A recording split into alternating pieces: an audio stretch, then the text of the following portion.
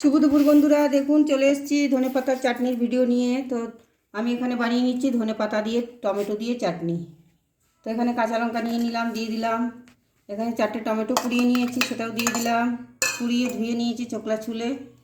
এখানে একটু তেঁতুল দিয়ে দিলাম। এখানে একটু আদা কুচি দিয়ে দিলাম, কাঁচা লঙ্কা দিয়ে দিয়েছি। এবার ধনেপাতাগুলোও দিয়ে দেবো। ধনেপাতাগুলো দিয়ে দিচ্ছি। তো ধনেপাতাগুলো দিয়ে দিলাম। এবার ঢাকা চাপা দিয়ে পিষে নিয়ে আসছি।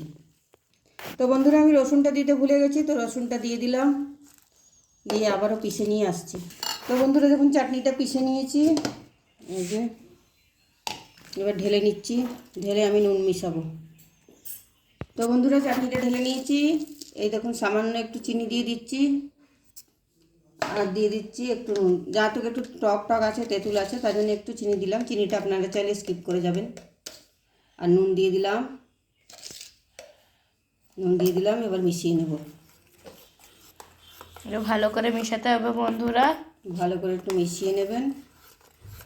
আমিও নিচ্ছি ভালো করে মিশিয়ে।